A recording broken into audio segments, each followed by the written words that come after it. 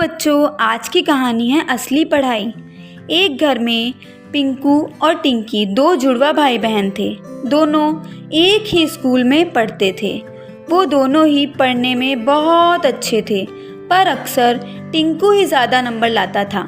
इस बार दोनों बच्चों ने पापा से साइकिल दिलाने की ज़िद की, तो पापा ने एक शर्त रख दी और बोले, मेरे पास एक ही साइकिल का बजट है, तो फिर जो भी टॉप करेगा उसे ही साइकिल मिलेगी। पापा की बात सुनकर दोनों बच्चे पढ़ाई करने में जुट गए, लेकिन पिंकू कुछ ज़्यादा ही स्मार्ट था। उसे पता था कि एग्ज़ाम में नंबर कैसे लाने हैं, इसलिए वो सिर्फ उतना ही पढ़ता था जितना एग्ज़ाम में आने वाला है। वहीं टिंकी को पढ़ाई का बहुत शौक था, इसीलिए वो पूरी की पूरी किताब पढ़ लेती थी। फिर एक बार पिंकू टिंकी के पास आया और बोला, देखना, साइकिल तो मुझे ही मिलेगी। जो इतना पढ़ रही है ना तू, ये सब बेकार है, एग्ज़ाम में ये सब नहीं आने वाला। टिंकी बोली, मुझे कैसे पता? तुझे कैसे पता? पिंकू बोला, ये देख, पिछले 3 सालों के क्वेश्चन पेपर दिए हैं मुझे ट्यूशन वाले सर ने। हमेशा इनमें से ही क्वेश्चन रिपीट होते हैं। ठीक है, लेकिन मुझे नहीं लेना कोई शॉर्टकट एग्ज़ाम में।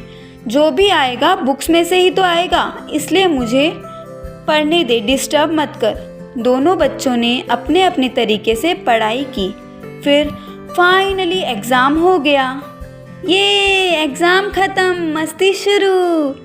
कुछ ही दिनों में रिज़ल्ट घोषित हुआ और वही हुआ जैसा हर बार होता था।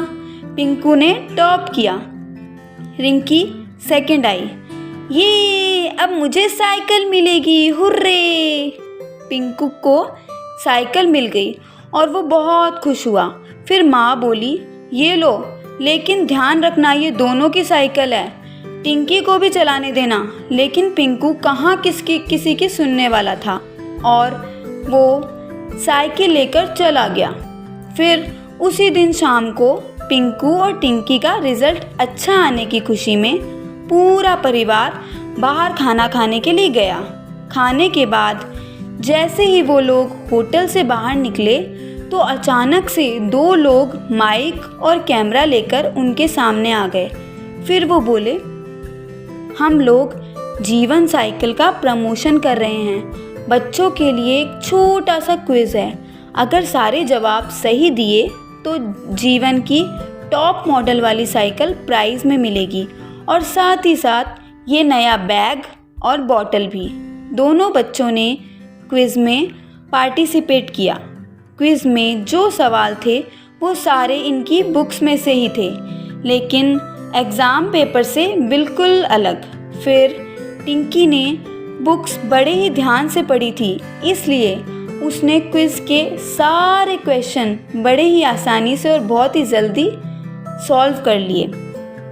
टिंकी बोली, ये लीजिए अंकल, मैंने सारे क्वेश्चन हल कर दिए। क्या बात है, टाइम से पहले ही हल कर दिए, वेरी गुड वेरी गुड। और पिंकू ने बहुत कोशिश की, लेकिन उसे जवाब नहीं आते थे। अंत में उसने भी पेपर दे ही दिया।